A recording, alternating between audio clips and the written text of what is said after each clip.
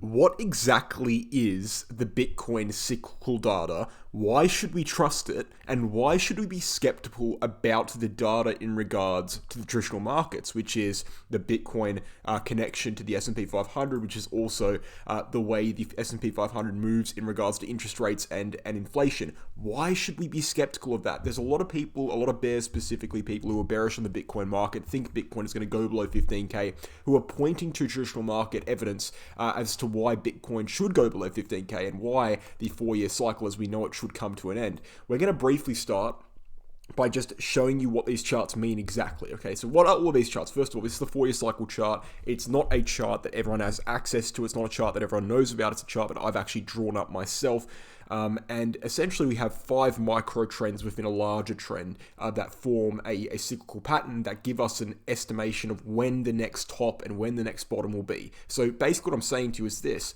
Based on the Bitcoin halving starting in 2012, the first halving, a trend, the 4-year cycle, was kicked off. Now, this cycle forms 5 little date range trends. Those date range trends are listed over here where I'm circling. You can see they're color-coded. You can cross-reference the color-coded writing here to the color-coded date range measurements and see that trends form. Now, 5 micro trends is not something to quickly dismiss. That's very, very strong. It's much stronger than a coincidence. In fact, for it to be a coincidence, you're looking at basically a mathematical possibility of less than 0.1%. I'm assuming it's extremely unlikely that this is a coincidence. And this very strong trend gives us an idea that Bitcoin should be topping out in the next cycle at around Q4 2025, and following that, it should be bottoming out at around Q4 2026. That is the data. That's what the data suggests. It also gives us the idea and the impression that Bitcoin has already bottomed out. It's bottomed out in November 2022, and it shouldn't be going to new lows. So based on 4-year cycle, based on the micro trends that are involved in it, Bitcoin should be topping out in 2025 Q4, and it's already bottomed out at 15K. So hence we shouldn't be going below 15K.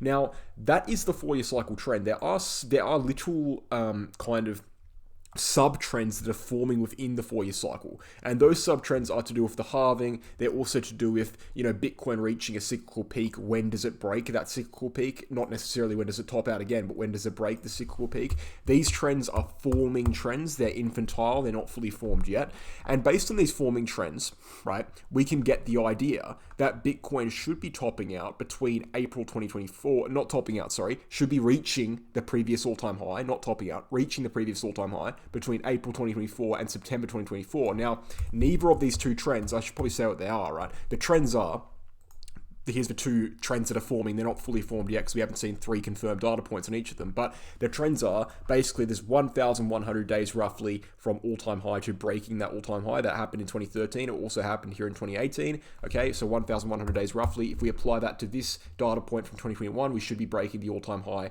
in around November 2024. Okay, and then the other trend, which again is infantile, is there's around a 300% gain from the halving, from the bottom to the halving. And if we apply that to this data point here at 15K, we should be seeing an all-time high again in April 2024. So neither of these trends are confirmed yet, but the chances are one of them will be confirmed, and both of them can't be correct, right? Only one of them can be correct, because if we reach an all-time high as per 300% gain, we'd be reaching it in April 2024, because that's when the halving would be, and hence the first trend with the dates is going to be incorrect because that says November. So one of these trends is likely to be proven correct, and based on that, we can assume that the new all-time high, okay, I'm not talking about the new top. That's very important to note. I'm not talking about when we peak on Bitcoin. I'm talking about when we breach 70K on Bitcoin. That will most likely be occurring between April 2024 and November 2024.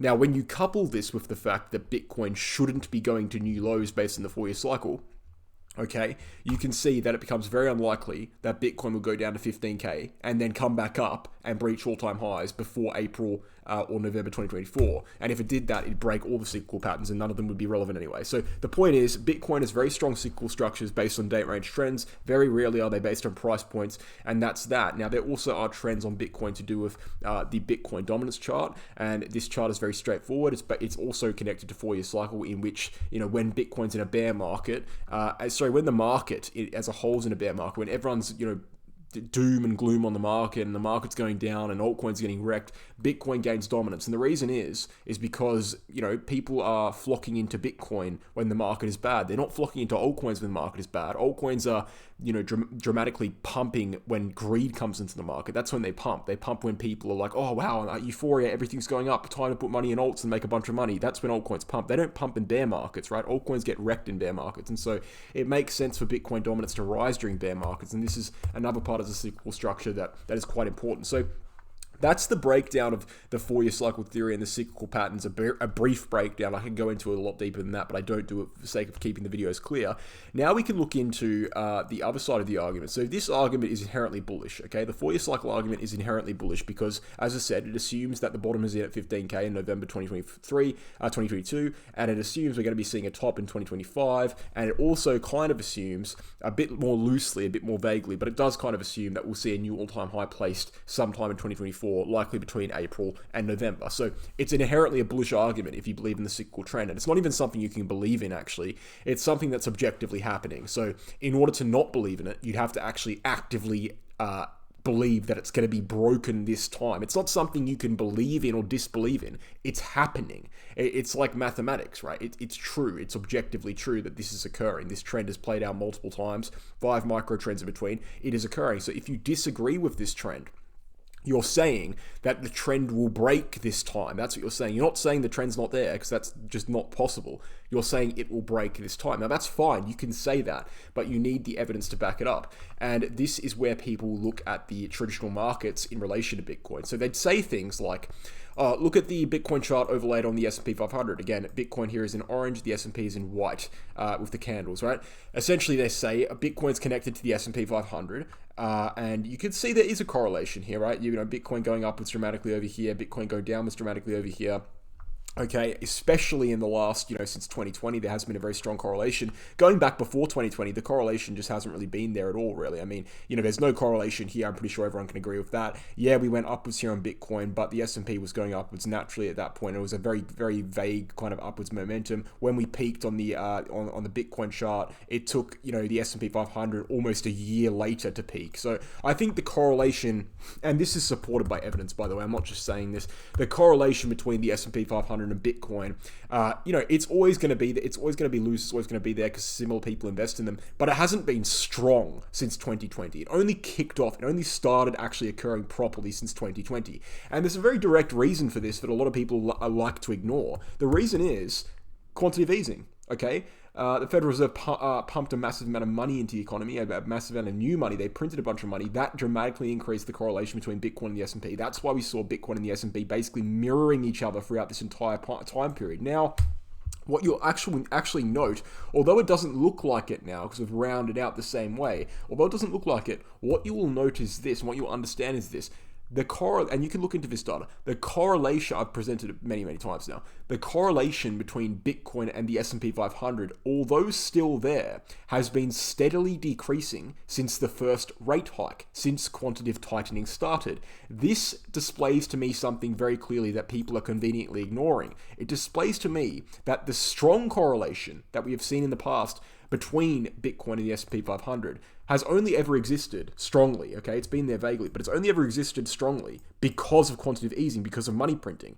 Now that we are not printing money anymore, okay, the correlation is progressively loosening, which is giving more space for Bitcoin to act independently, and that's objectively true. That's what's happening, right? Bitcoin correlation to the S&P has been steadily decreasing since the first rate hike, and it only started steadily increasing around COVID, okay? So I think that's clear evidence that Bitcoin's correlation to the S&P 500 only really started properly happening around quantitative easing around 2020. And so this kind of diminishes the value of the idea that if S&P 500 goes down, Bitcoin will get dragged down dramatically. Now, on top of that, okay, I would also argue that it's not as certain as people believe that the S&P is going to go down in the first place. And the reason being, I'll show you in a second, right? So what we've seen historically, I want you to pay close attention to this chart. In fact, I'm going to write down some things for you so you can understand it properly. So I've written some notes here so you can see which color means what, right? S&P's in dark blue, inflation's in light blue, and interest rates are in orange. What we have seen historically is the reaction between Bitcoin and interest rates and inflation has been when interest rates, I'm going to circle a few occasions here. when interest rates and inflation go down, okay, the S&P goes down. When they go up, the S&P goes up. But specifically when they go down, the S&P goes down. This happened over here during the dot-com bubble, okay? Again, interest rates go down, inflation goes down, okay? S&P goes down. That's what happens. Again, it happened during 2008, the financial crisis, okay? Interest rates go down, inflation goes down, S&P goes down. That happened again there. So the trend is, okay, interest rates and inflation going down, right, happens when the S&P 500 goes down. Right now, we have seen something dramatically different. So, and look, I'll point to another scenario here. COVID, interest rates go down, inflation go down, S&P go down. Okay, so there is a clear trend here. When the S&P 500 goes down, interest rates and inflation go down. It's not necessarily a causation, but it's definitely a correlation. So what we are looking at now is a completely different scenario. People are expecting the same thing to happen, but they're ignoring the fact that the same thing is not happening, okay? We have seen the S&P 500 go down for about a year, right? A year of downside price action, while interest rates have actually gone up and inflation has gone down. So what does this mean? It means this is the first time we have ever seen the Federal Reserve, okay, raising interest rates while the S&P 500 is going down. I'll ask you this question. If something different is happening, if something that has never happened is happening, they have never, ever, ever raised interest rates while the S&P 500 is going down. I'll ask you this. If something that's never happened before is happening again, why do we expect the same result? We do not know what is going to happen with the S&P 500 on a macro basis because we do not understand this level of, I guess you could say this set of circumstances. We've never seen interest rates go up when the S&P 500 is going down. And we know directly that interest rates have the most dramatic effect on the economy and financial markets. So how do we know what's going to happen? We don't know what's going to happen. So when people say things like S&P 500 is going to 2K, 3K, whatever it may be, they're actually basing that entirely on speculation. I'm not saying they're necessarily incorrect. I don't know whether they're correct or not. I don't know what's going to happen to the S&P 500 because I'm not in a position to know, because there's no trends that I can trust in which this data set, this scenario has played out before, if you know what I mean. I only trust things on a macro scale that have trends to back them. We don't know what happens with the S&P 500 when interest rates rise, okay, and the market goes down. We've never seen that before. So how am I meant to know what's going to happen? So my overarching point being, and I'm going to bring it back into the 4-year cycle in a second. My overarching point being is this. We don't know what's going to happen to the S&P 500. Right? We can speculate. That's fine. Speculate all you want. The fact of the matter is we've never seen this set of circumstances. We've never seen this set of circumstances before. That's objectively true.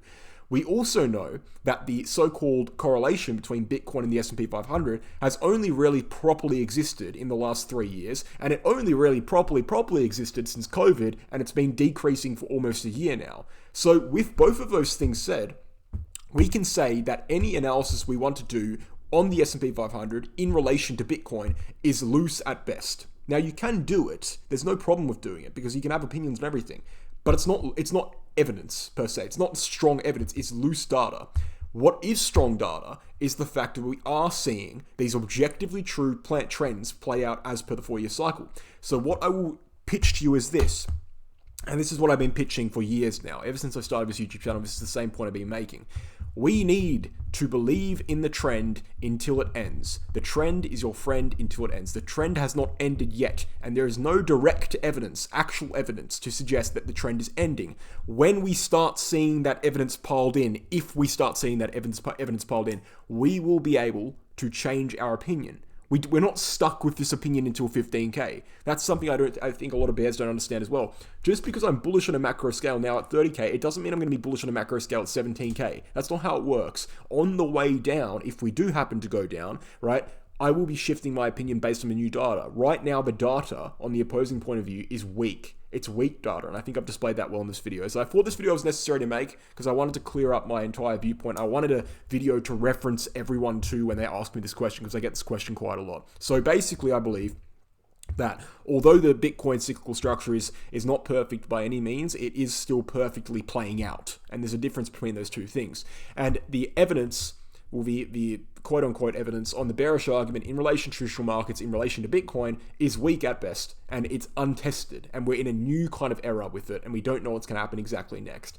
They could be correct. I'm not saying they're incorrect, and this is something I want to repeat as well. I'm not saying they're incorrect. I'm not saying they're wrong. I'm saying that there isn't enough data to have an opinion on it. So I'm staying opinionless. I will stay opinionless until there is data to have an opinion on it, and I think it's as simple as that, guys. Thank you guys for watching. Hope you enjoyed. Guys, check out the VIP group. We've just had a sale for about maybe a week or so here on the VIP group. If you message me in the next 4 hours from the time this video releases on Telegram, you can get access to that sale. If not, you've just missed it, unfortunately, but still check it out. We trade altcoins on there on Telegram. Very, very profitable. We've released all of our trading results. 79.12% win rate, I'm pretty sure, out of 90 trades. Excellent stuff. We've also got the Bitget exchange, 5 times lower fees than Binance, non-KYC, reserves information released.